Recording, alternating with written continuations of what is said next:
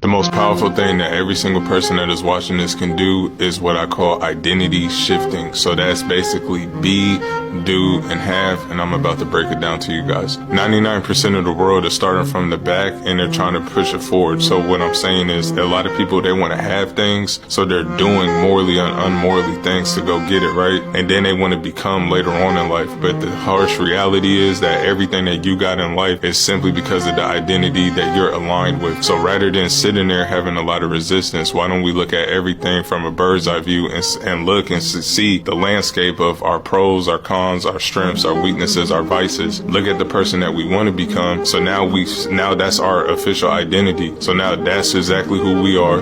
So then we're doing whatever that needs to be done to get to the overall goal, and then we'll be able to have the byproducts later on in life. But a lot of people don't do that. And an easier way to simplify it down for you guys, it's almost like a female in high school, right? The cute girl that you're always chasing. It's like once you turn your back to her, then she might actually consider you. But it's the same thing with success. It's the same thing with power. It's the same thing with building up your clothing brand and stuff like that. Like, let's basically embrace the craft and officially divorce from the result. Because once we do that, then that's when the result is going to come a whole lot quicker than what you ever expected it to be. You know what I mean? So basically, let's become that person that we need to be as a brand owner. Let's do whatever is necessary that needs to be done. And then let's turn our back.